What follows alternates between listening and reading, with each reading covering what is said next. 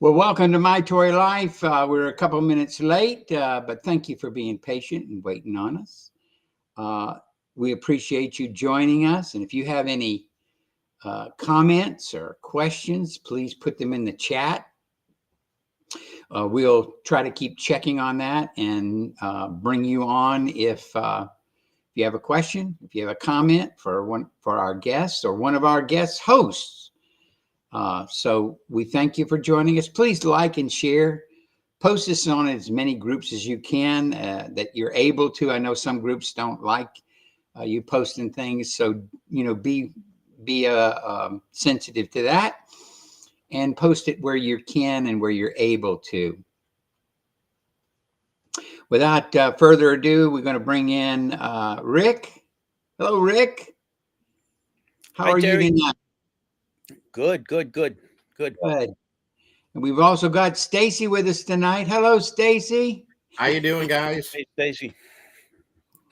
So, glad to be here. Rick, you said you had something you wanted to show us. I do. I have something I think you guys will like. So these were produced by Figures Toy Company, and they are Johnny Quest figures. This is the packaging. Ooh. Huh. And these are Mego scale. Okay. Okay. 1/9 scale. Okay. Yeah. So this is. Are they like the Mego bodies? They're pretty much bendable. They're Mego bodies. What I did was for Race and for Dr. Quest, I bought the S style bodies, which are more articulated. Okay. Because you can never have enough articulation. So they've got, he's got double jointed elbows and double jointed knees, which you can't do on a regular Mego body. Right. And now, do they have hair, or they're painted heads? They're painted. Fairly good sculpting.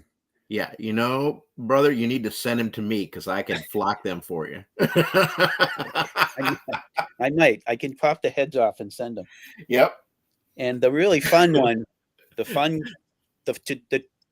did Race, they did Dr. Quest, and of course they did Johnny and Haji. And Johnny and Haji actually are the two better figures. They're really nice. The head sculpt is really cool on both. Yeah. Haji's actually probably the best figure.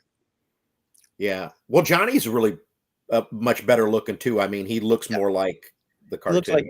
Looks like the cartoon, yeah. Yeah, he does. I wonder if those could be used with 12-inch. Well, no, they're 1/9 scale. So, Mego. They're a little small.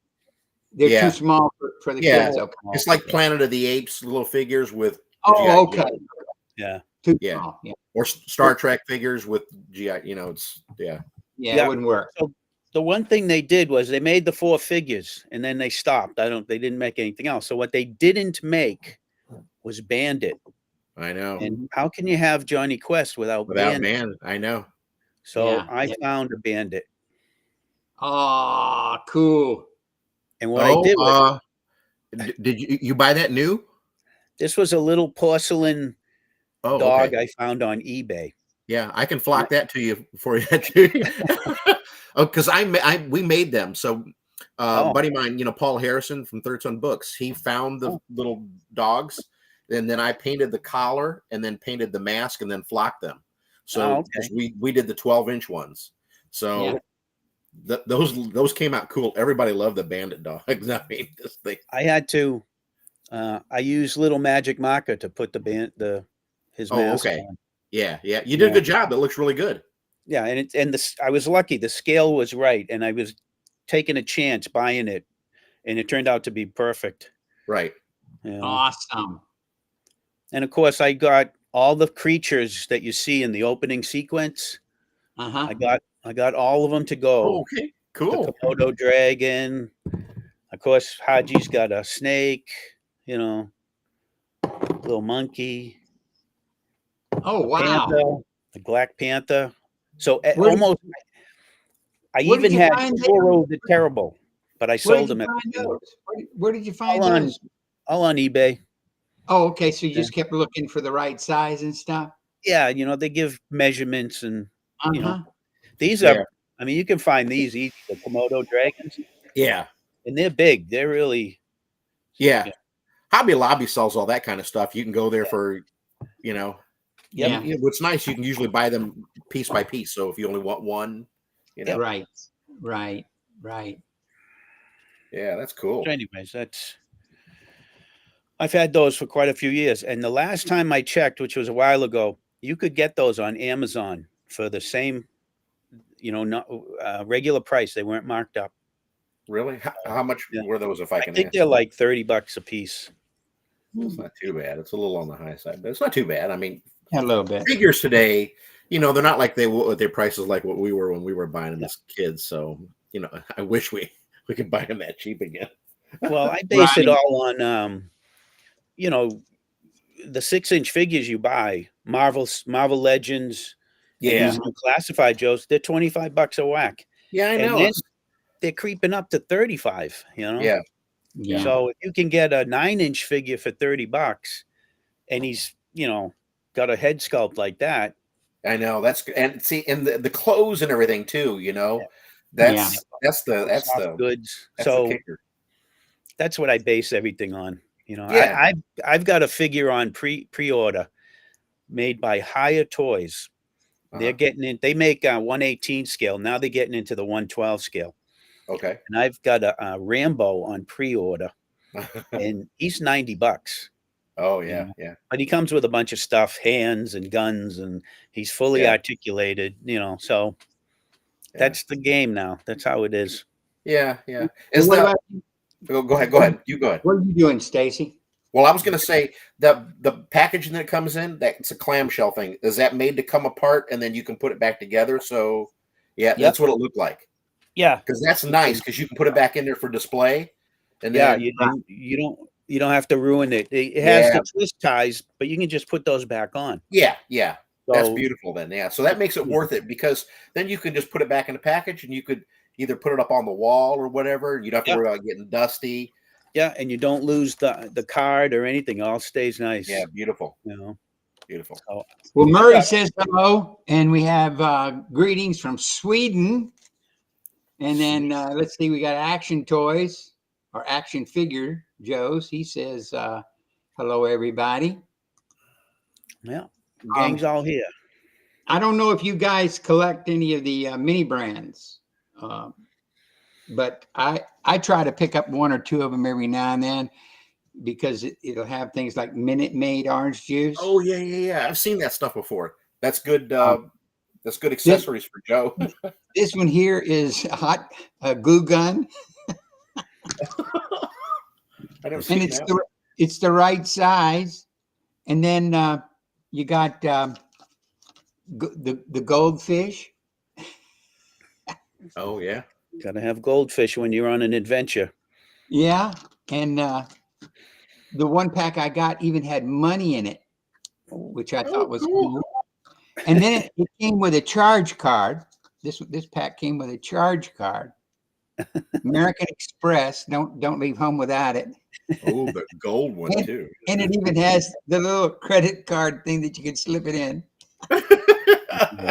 I'm telling you, some of this stuff is really amazing. I just love it. I just love it. I can't imagine read if they would have had this stuff when we were kids. Yeah, this miniature stuff. I can't read what this one says, but it has something to do with Scotch. Yeah, I recognize that. Yeah. Well, it's probably one of those stick-on hooks. Yeah. But I love him. I love that stuff. He says the only thing wrong with them is their blind packaging. Well, yeah, that is true, but I still like it. I probably have bought way too many of them, but whenever I do a setup, if I saw a lady do Kentucky Fried Chicken the other night, just blew me away. Kentucky Fried, it looked just like a Kentucky Fried Chicken place with all the food, the buckets, everything. It was amazing. Well, we got a guest in the guest room. He's chomping at the bit. He's one of the original Dirty Dozen. So here he is, Brad Cherry. Hello. So sorry, I ended up having to work a little later than I thought I would today, and so. What are you apologizing for, Brad? You're here, no problems. So, Yep, you made it. how's everybody doing tonight? Good. We're What's all doing new? good. What do you got new in your zoo? Well, I'm counting down and winding down for the semester, so I've got like 2 more weeks of classes and then finals. So I'm kind of anxiously chopping at the bit to be done with this school year. So Right. that way I can get back to a little bit more hobby time. But I can't What- really. Go ahead. I'm sorry. I just was going to say, what shows will you be coming to, if any? I am definitely will be at the Louisville show in July. At this point, I will probably. I just kind of talked with Greg Brown a little bit ago, and I got an extra contract class that I'm teaching over the summer. It's going to give me a little bit of extra cash, so I think that I will also be heading down to the Dallas show just to hang out and check everything out down at the Dallas show this summer as well. So. Absolutely awesome. Nice. Well, the thing I like about your stuff is that it can always be used not only for something that we're missing, but you I think you're the one that made my first springs for my Mark's wagon. You know, that was basically, those seat springs was the first item that we designed, or that I designed and made. So Yeah. and that goes back quite a few years ago now. Quite a few, but I still got them. Actually, as a tool and die machinist, as manufacturing engineer, I've been familiar with 3D printing for 20 some years. It's always been like a love-hate relationship, just because, there's so many other manufacturing methods that are faster and better. The thing about 3D printing is always just the fact that you kind of get some fairly quick results without spending a lot of money on tooling and stuff that the other things do. So my middle son, he was the one that actually had talked me into bringing in some 3D printers. When he was in high school, he tried to talk me into getting some 3D printers pretty much from the time he was a freshman all the way till he was a senior. Finally, his senior year, which that goes back about 8 years ago now. Well, I think it was about 6 years ago now.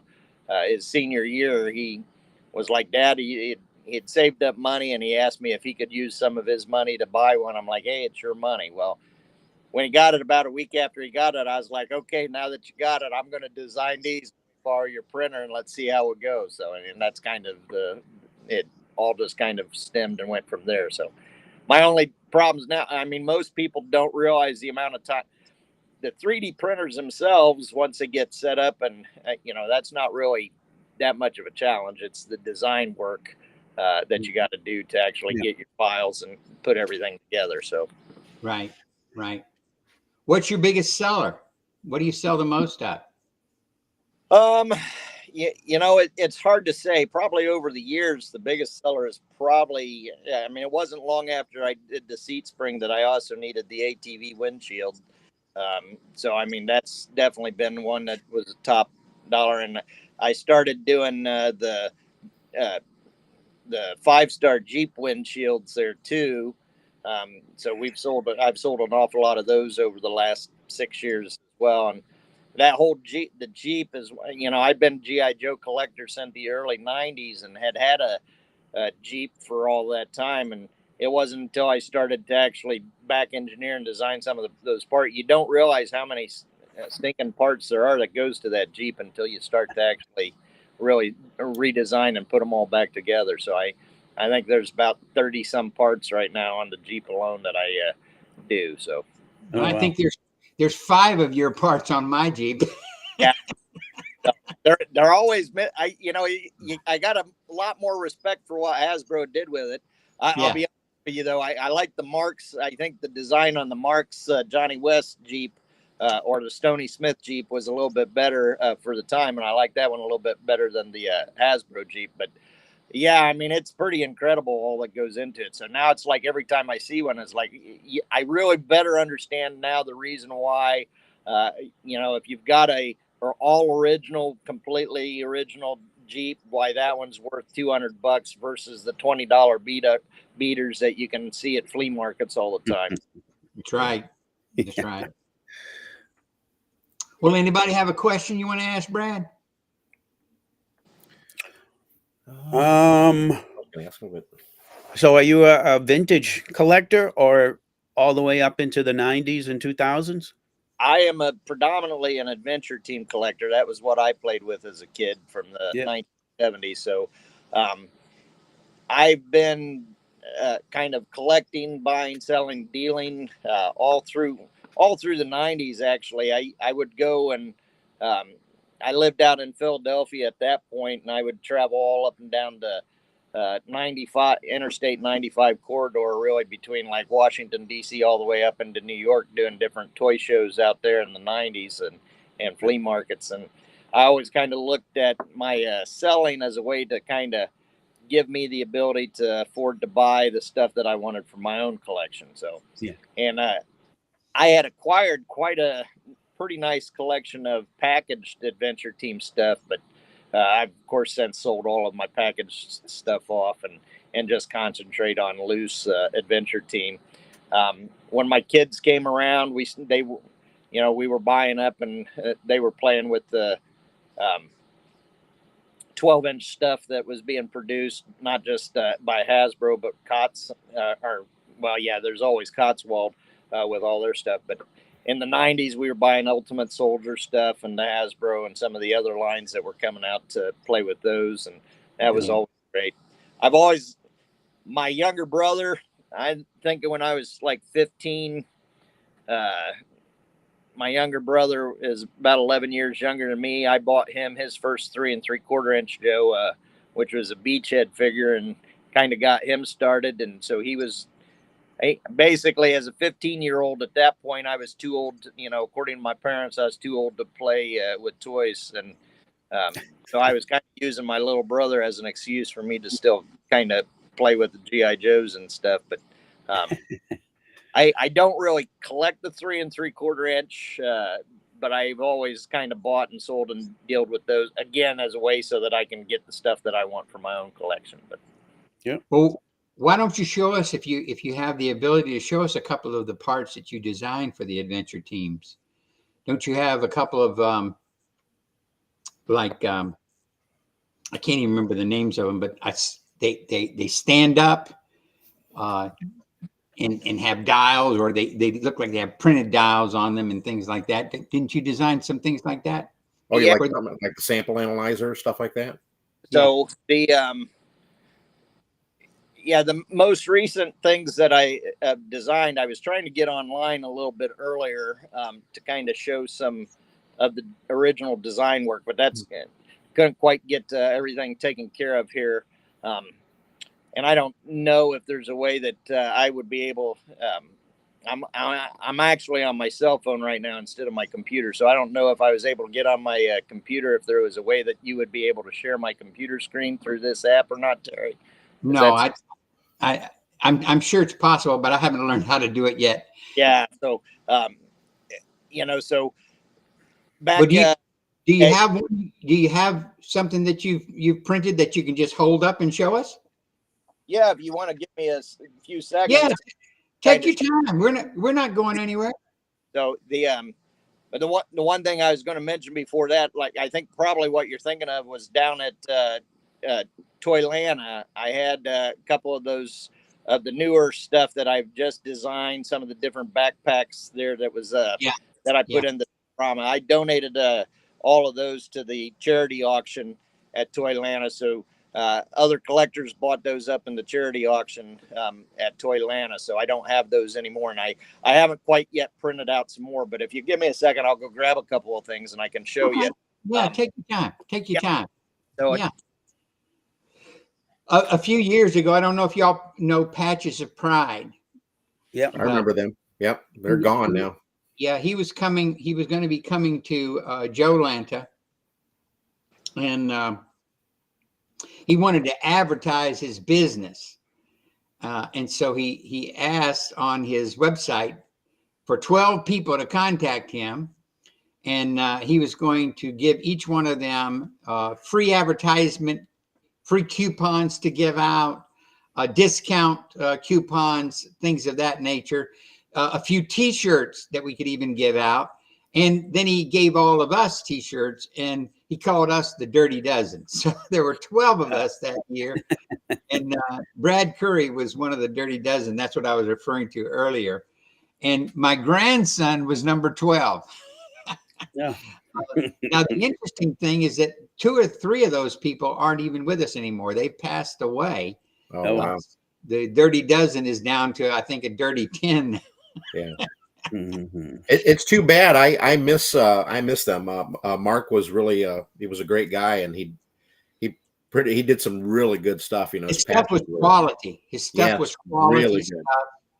good. Yeah. He took his time. He tried to make sure that it would be something you'd be happy with and be proud of. I got a couple of patches that I've never put on my figures simply because they were just too nice. Yeah. I'll print me one off and I'll just put some sticky glue on it and use that because these are just too nice. Yeah. But I hated to see Mark go. I really did. Yeah. Now, Mark, Brad, you pretty much only, when you do stuff for people, you only kind of print your 3D item or whatever you're doing to order, right? You don't like keep a surplus of stuff. are you talking to me? Yes. Yeah, no, I print, I make everything to order. Right. There are some pieces that I have just to say, because 3D printing is it's not a fast manufacturing process. Right. So I have a little bit of idea. I might keep on some parts. I might keep 1 or 2. Your best sellers. Yeah. Yeah, but no, everything's pretty much made at time of order.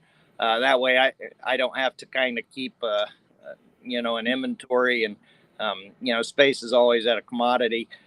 Depends, going in the summer, if I'm doing shows, which I typically only really do shows during the summer. So then I kind of ramp up and we'll kind of print out stuff that I think will Right. Yeah. sell at the show and have some from there. And then I sell down from that afterwards. It's hard for me I would love to do shows more often, but when I'm during the school year, when I'm teaching, it's kind of hard for me to get away. And I love to go down to Joe Lana and Toy Lana, but that usually is, I usually only make it down there in March if it aligns up with my spring break. This year it didn't. I just decided to go ahead and take the day off anyway. So because I needed some time away this year. But sick day. It was good seeing you there. And to be honest with you, I was in such a rush I couldn't even find your table. But I know I don't know what it was like this year, but the last time I looked at it, I went, what am I going to buy? There's so many choices here. I want it all. Yeah, I don't know off the top of my head. I know I think that I'm up to around 200, at least 200, if not more, different parts. Right. Don't just do G.I. Joe. No. I do a lot of stuff for some of the other lines as well. I got the Mark's windshield from you. I got the Mark's steering wheel and the little spotlights or the floodlights, whatever those were. Yeah, for the Empire Toys Jeep. So, Yeah. So I love it. I just love it. Somebody wants to know if you're coming to the DFW. I won't be set up there, but I am planning on I'm hoping that I can come down just to hang out and be a kind of go to the show and see what it's all about. So, Cool. So I've been, I've talked with Greg a number of times over the years, and that's one of those shows. I think I think from here where I'm at in Illinois down to Dallas Fort Worth is about a 13 or 14 hour drive. And last year I was going to go and do it last year, but I ended up having to teach a summer course that kind of took me out of it. This year I got the contract course that's going to help me pay for the trip, but it's not on a date. The date is open where I can be able to go. So, but yeah, I try to get to the shows when I can. So, Well, go ahead and do what you got. The Louisville show is a great show. I always encourage Yes. to go to that one. And of course, Joe Lana and Toy Lana have always been fun every time I've gone there as well. Well, Terry, I think you were talking, the one that you were asking about was our compact. Now I've got the, I don't have any of the compacts right handy, but I do have this little robot pack here that's, we got like the little cylinder here for the gas, and basically these were robotic arm attachments. Now the inspiration for this, of course, was the 3 3/4 inch bat figure, but I designed this so it would go on to Mike Powers' bionic arm, so you can take off. If your Mike Powers is missing this just kind of plugs on, and he's got the flamethrower, the torch, and of course the little welding tank to go with it too. So and it's got some sticks of dynamite in there. I don't know how well you can see this. Yeah. So that's that, and I do that in the orange. You have an Etsy page, right? Correct. Yeah. If you just type it, I'm gonna put that link in the comment section so people can check it out. So that's awesome. I like that. The one of the things that actually has gotten a lot of attention just recently is some of the stuff that I when I was a kid, I also liked the Empire Toys, the Legends of the West. And I was kind of, when I started to buy and play with those, I was past the like 9-inch figures, and I was into the 3 3/4 inch figures. And I had all of the different Western wagons that they put out in that line, which was like an 81 or 82. So I've always kind of collected the cowboy action figures. I still say one of the greatest action figure lines ever made was Mark Soretti gang figures. Yes. So, and I've had all of those. I've collected. Those are probably some of the pride and joy in my collection. But I also made, this is kind of, this is a 3 3/4 or 1/18 scale cannon. There's a company out there called Dime Store, or Dime Novel Legends from Chicken Fight Toys that do the Western figures. They're awesome looking figures. So I do this. One of my customers had bought a couple of these and I do a buckboard wagon to kind of go along with those figures. And he had sent me pictures this last week of his diorama where he had stuff in there, and it just looked awesome. So that was posted on my Be Active Toys Facebook page, so you can kind of log on to onto the Facebook page to see those pictures. But so that's, I will tell you, the bread and butter for me as far as business. Now, it's a part-time business. It's a hobby. It's not something. You're not going to get rich. My wife's not going to let me quit my day job yet. That's no. So again, probably the most of what I sell is the reproduction parts for the 3 3 or for the 12-inch Joe stuff. But what I really, really like to do is kind of my own designs, the stuff like this that I can kind of put my own creativity in. This is also one of the things that I'm most proud about. Again, with the this is from the Lone Ranger, the 9-inch Lone Ranger by Gabriel, the safe that came with. Of all the different items that I've designed, this was one of the most one of the funnest that I had to design. But when you talk about design, now this is I think this is about 10 different parts to go in to make this. And I think I had about 30 hours of design time into making this. So, when I price stuff out to sell, I'm not selling my design time, but your design time's put it in there. So I get people to ask me, can you make this? Can you make that? Can you do? Yes, I can, but I don't think people want to pay for my design time if all I'm going to sell is 1 or 2 of those items. So when I choose items to kind of make and do, I'm hoping that I'm going to sell enough of them that not only are they going to cover the cost of the time and material to make the stuff, but hopefully they're going to help pay back some of that design time as well. Yeah. Is that safe? Is that resin? No, that one is FDM. I have if I make helmets, I will use the resin printer for helmets and some smaller parts, but I my background in industry is more mechanical engineering and mechanically oriented. So I prefer mechanicals that are fine with the FDM. Plus, size for something like this, the resin printers are usually a little bit better for your smaller type pieces. My son and I, he does a lot of the little miniature game pieces and stuff, so he'll print a lot of those on the resin printer because you get the finer facial detail.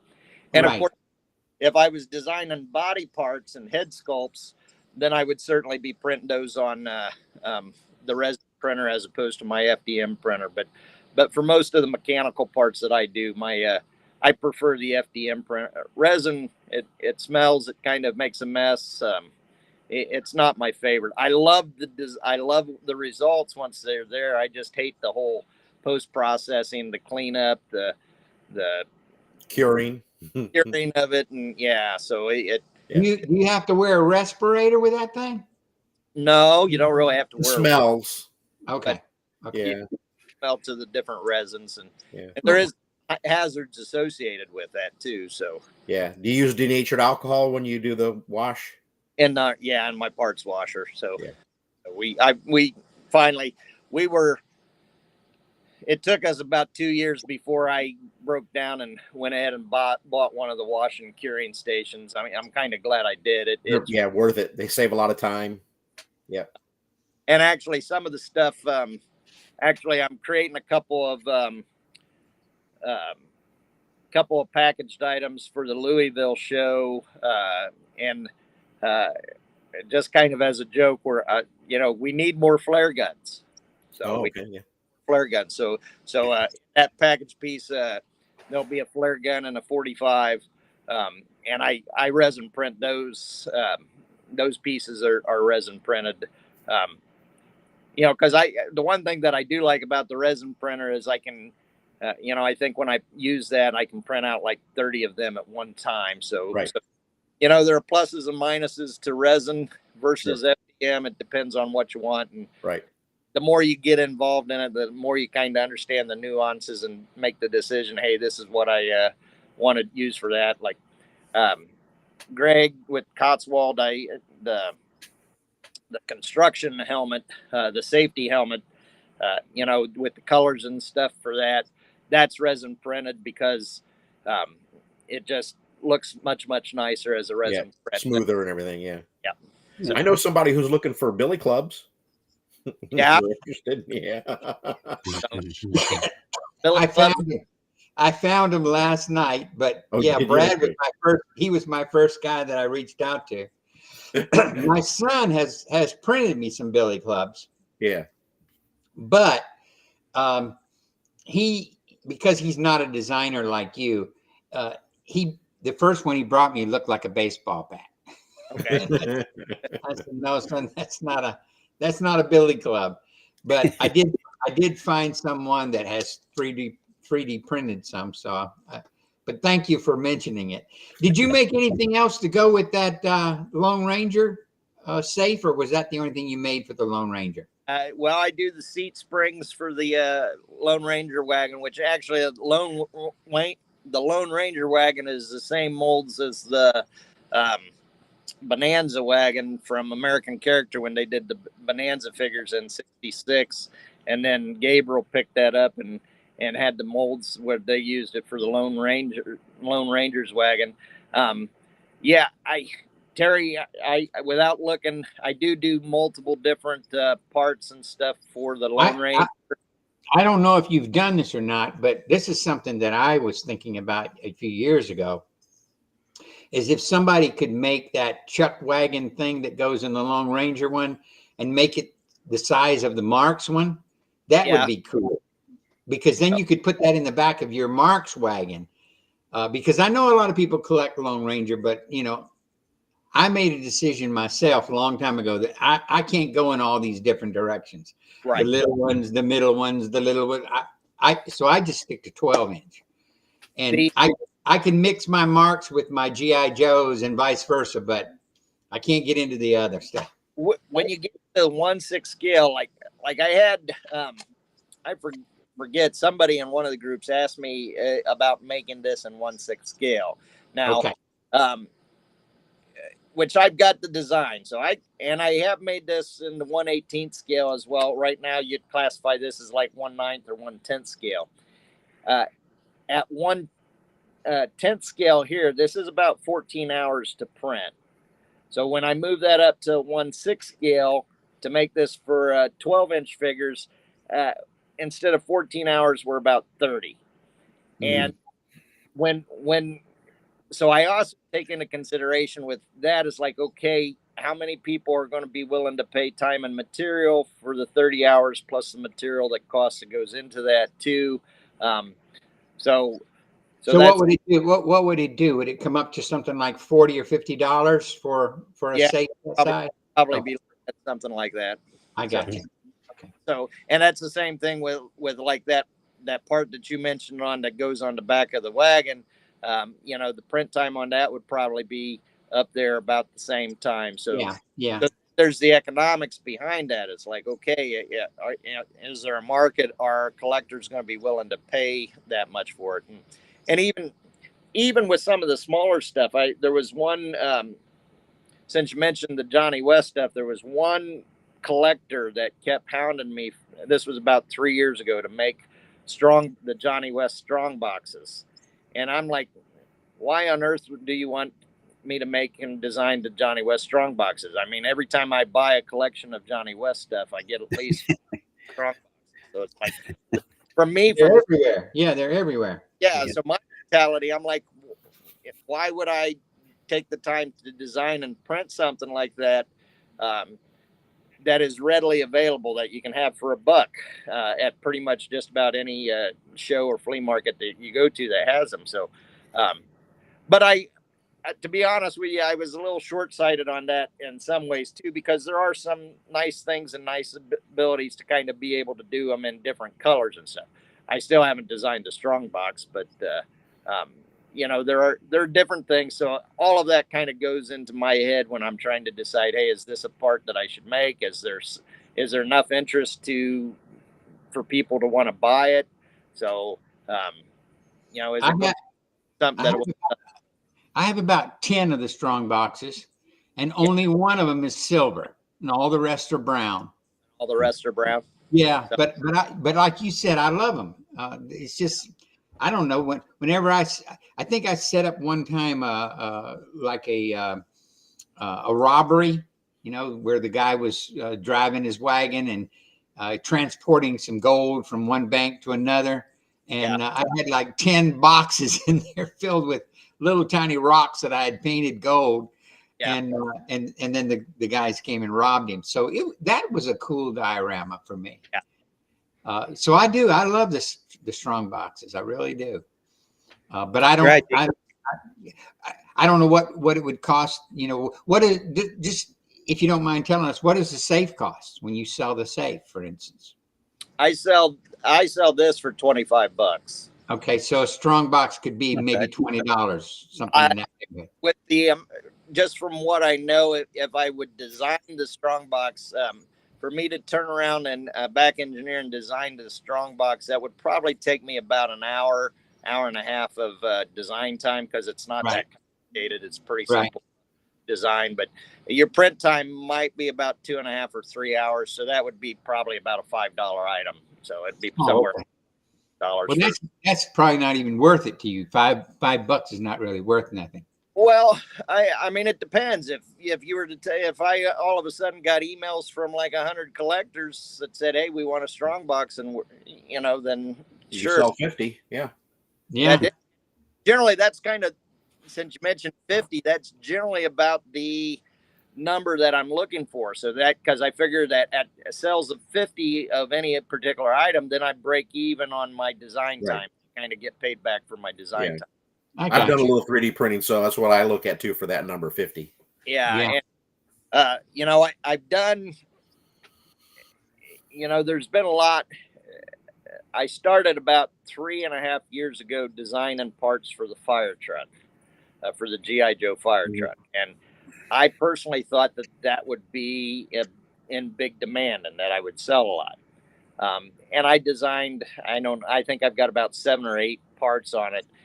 And then I just stopped designing it. And it wasn't because I didn't want to keep going on the fire truck. It just, there wasn't a sales, selling. Yeah.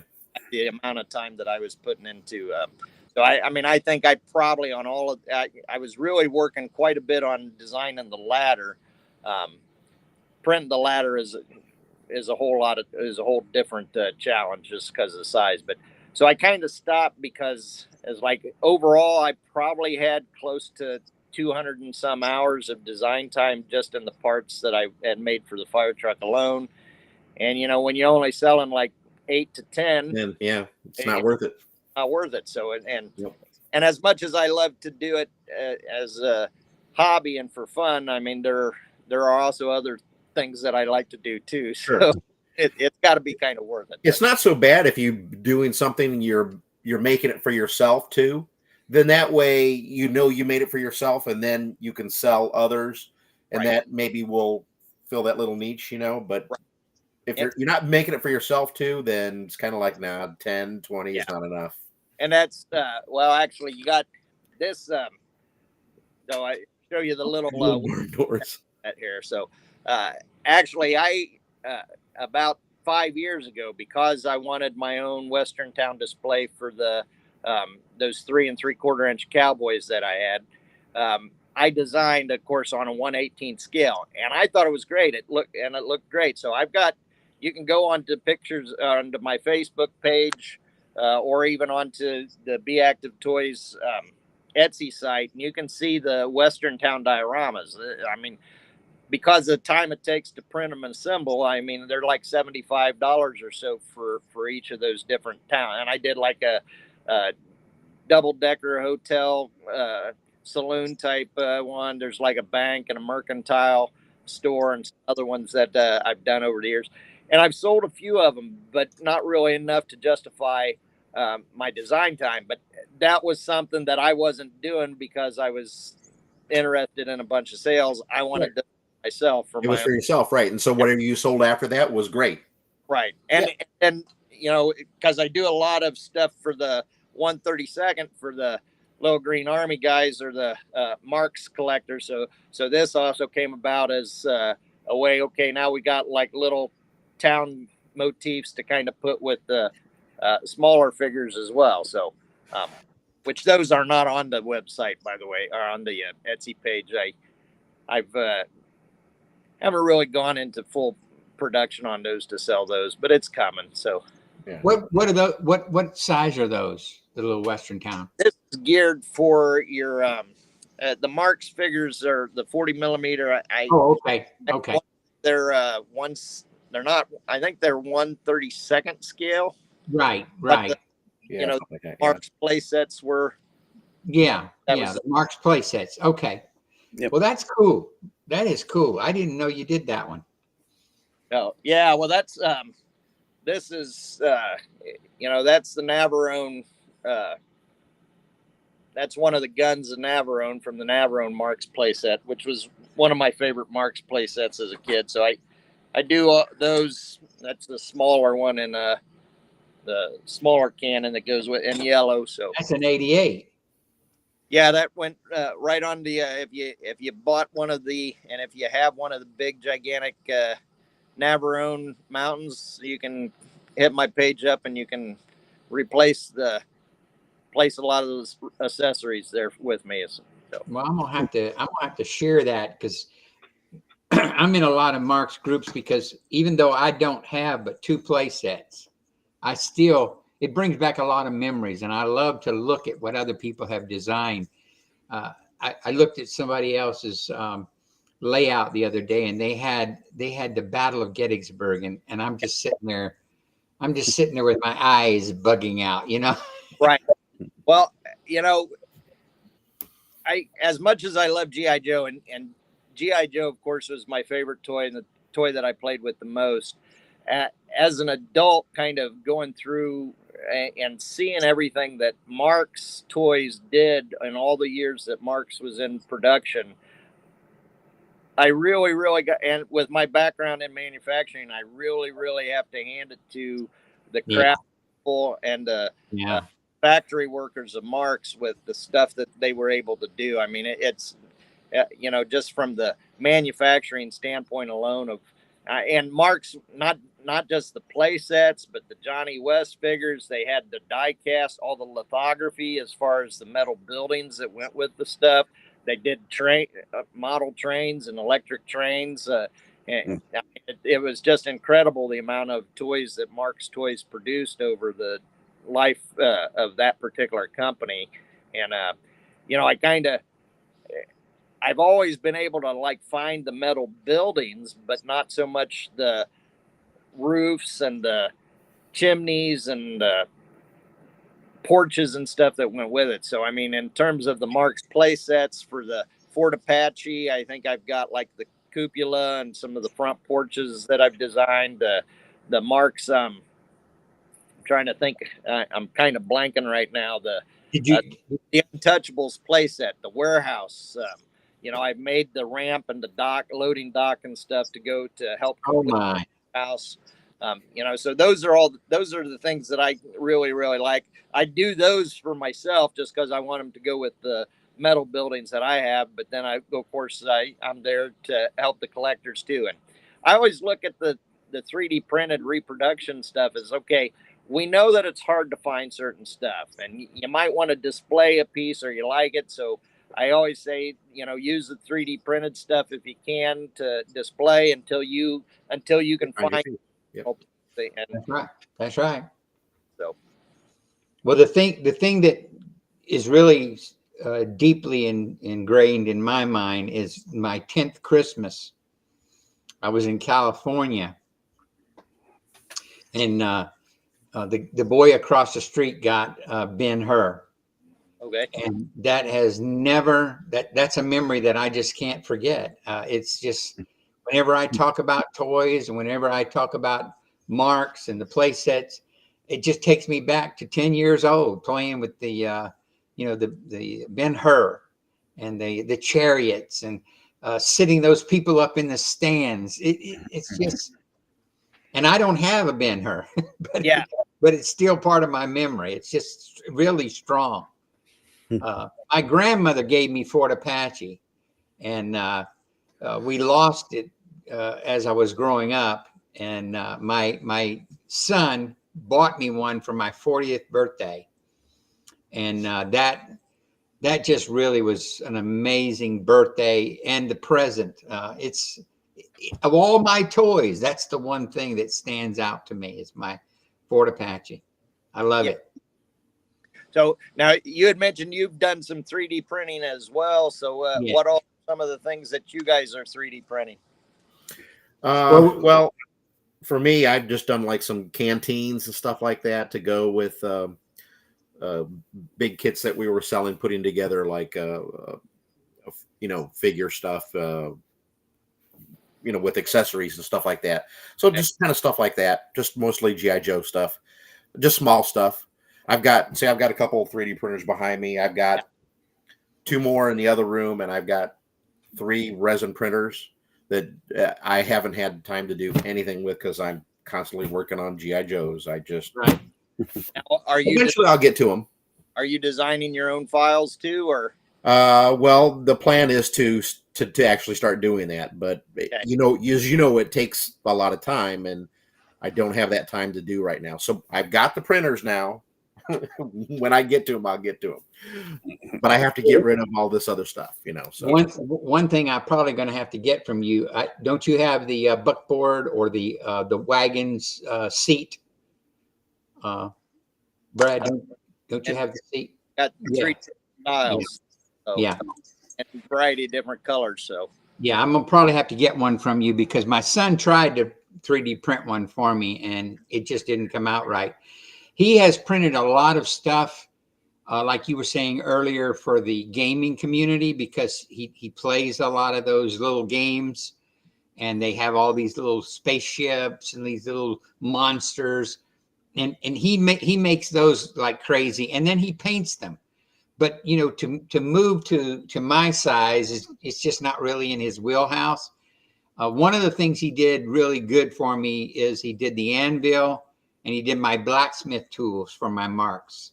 He Okay. did that very well, and he even sold a few pieces at one of the shows. Because Terry goes to shows. Terry's been going to shows for golly, at least 15 years. But Terry sells every kind of toy in the world and mostly specializes in Star Wars.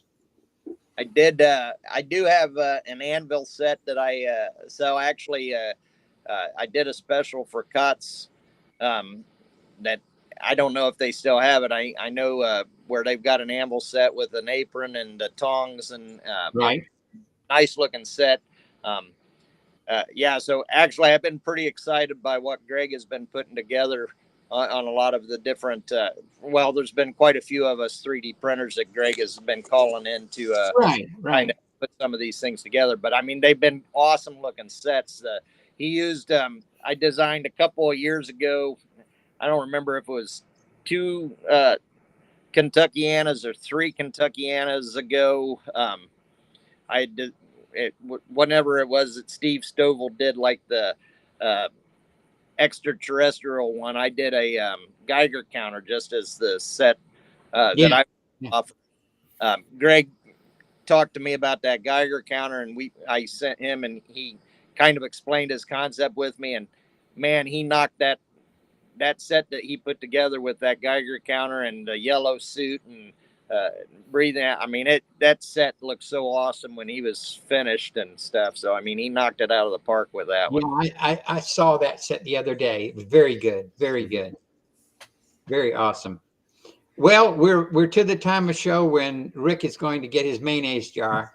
That sounded weird. I'm going to ask the questions, right? Yep. He's Brad. going to ask the questions. Brad, in this jar is scientifically designed questions that I hermetically sealed in this jar and left on my porch for a week. Okay. And these questions, when answered by you, will allow our viewing audience to know basically everything about you. Okay. So, Are you willing to take these questions? Are you willing to answer them? depends. Is my wife going to be embarrassed by my answers? Only the last 2. Only the last 2. No, it's a G. They're very G-rated. She can, watching this. Well, if she gets embarrassed, then that's her problem. But okay. yeah, I don't know that my wife is that easily embarrassed. So, Oh, good. Right. She's outside Chicago, part German, part Irish. Oh. My little Spitfire, to be perfectly honest with you. So, she can hold her own. Absolutely. Absolutely. With that background, yes. All right, you ready? Yep. What's your favorite season? The fall. You like the fall? Out October. Well, really, that whole. I always look forward to going back to school.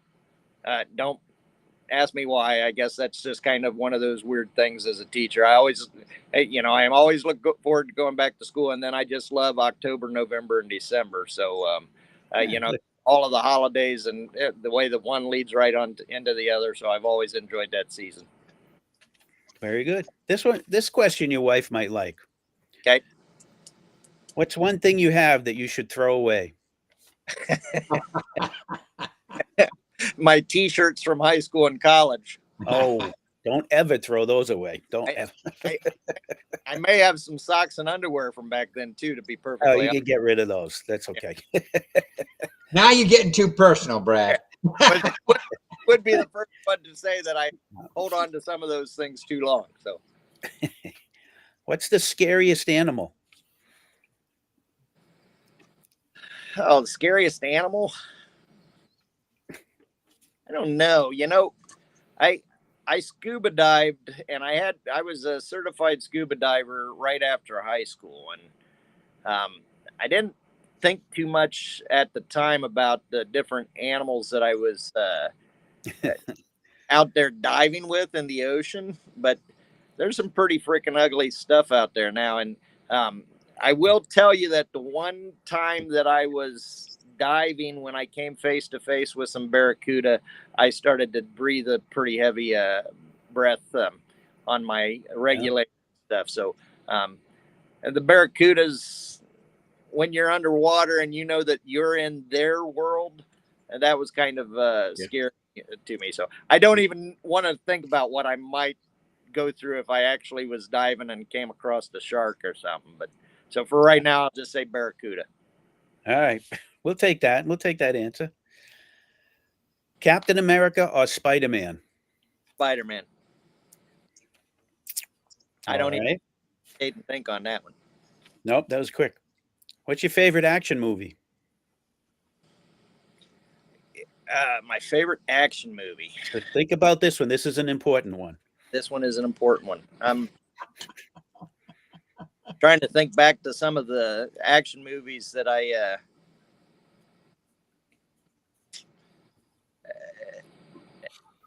boy, you know, I'm striking a blank right now as far as a favorite. I will say, you know, one movie that I remember quite a bit, just because we were all young and dumb and full of testosterone, was Red Dawn. That's no, a good movie. It, It's a good It's one. a good movie. I remember watching that with my brother and some of our other high school friends, and you know, we were cheering and yeah, the whole time and Yeah. stuff. Like I said, young, dumb, and full of testosterone at the moment. Hey. Especially now that I think about some of the other situations that go on in the world with my boys being the age that they are.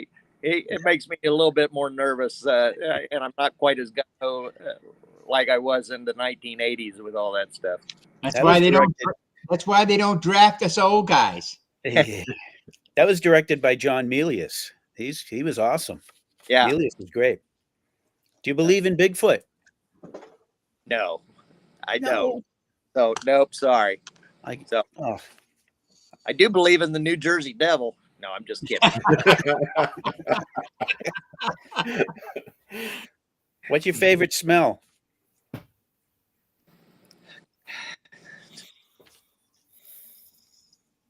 Don't say resin. No, That's Um, you know, I would probably have to say coffee and cinnamon rolls in the morning. Good one. That's Good good. one. Probably Really? that's why I weigh and look the way I've got such a round figure. So this next question, this is probably the most important question. And Well, we'll before really you ask that one, I want to tell you that my favorite smell is my wife and perfume. Gotcha. not food. okay. That's not food. No. There is something to be said about roast beef, mashed potatoes, and gravy. Oh my goodness, No, she makes absolutely. the best. She makes the best. Yeah. And, I and might have partaken in a few of that myself. Yeah. as much as I do enjoy and like the way my wife smells too, we started dating. Actually, this is, you know, talking about perfume. I've saved with her. She, when we first got married and stuff, I would buy her perfume and stuff. I think after about 3 years, she's like, "You don't really need to buy me that perfume." She wasn't wearing it, so it's like I love her because I don't have to go and buy her perfume all the time. So it's like, but Okay. The perfume can add up when you buy it once a year. All right. 2 more questions. These are the most important questions now. Okay. What number am I thinking of? What was it? 21. No. Oh. All right. Last question. Is Die Hard a Christmas movie? Yes. Very good. That's it. That tells us everything we need to know about you, Brad. So, well, I hope that it was worth your time and effort. The staff at My Toy Life, they're ecstatic. They're going to we celebrate are. in a few minutes. Yes, we are. We're ecstatic. Thank you very much. I'm gonna put the questions back in the In the- seat, in the in envelope, the jar. or in the jar. Yeah, put it back out on the porch. The mayonnaise jar. Well, Brad, you have the next minute or two. Say whatever you want to say. Share whatever you want to share. You know, one of the, yeah, I mean, by all means, check out my Be Active Toys Facebook page. Go onto Etsy and look over my stuff on Be Active Toys' Etsy page as well. I'm always excited about the things that people are doing and making and creating. You know, some of the, actually, Terry, I think you probably did see this. You know, this, of course, the Super Joe stuff. Yeah. Just on trying to make this functioning. There's guys out there now that are adding motors and wires and electronics stuff to all this stuff that is coming. I'm excited about all that stuff. It's, as a manufacturing engineer with 30 years in industry, it's just exciting to see regular everyday people kind of get excited about making things. Me too. Me too. And I've loved things for the last 30 years, so it's fun to do. I do have my YouTube page, which is just under my name. So if you do go onto YouTube and just type in Brad Curry, you'll see my page pop up. Now, that's mainly for my students and for the classes that I teach. But a lot of that, if you're looking to learn how to draw in AutoCAD or draw in Onshape or some of the other software programs that are out there for CAD, I've got tutorial videos on there. You guys are welcome to check them out and use them. Or if you have questions, email, be glad to help out in whatever way I can. So, well, it's been fun. It's been fun. And, you know, that's what I always say is toys are fun. So I sure thank you, Brad, for joining us. And I hope everybody has a wonderful evening and a great week. And may you find the toy you're looking for. Until next time. Hope to see some of you at the shows this summer. Yes. Make sure you go by and buy something from Brad or check him out online. We'll have the links in the comment section. Thank you so much. Y'all have a good evening. And remember, toys are fun. Have a good night.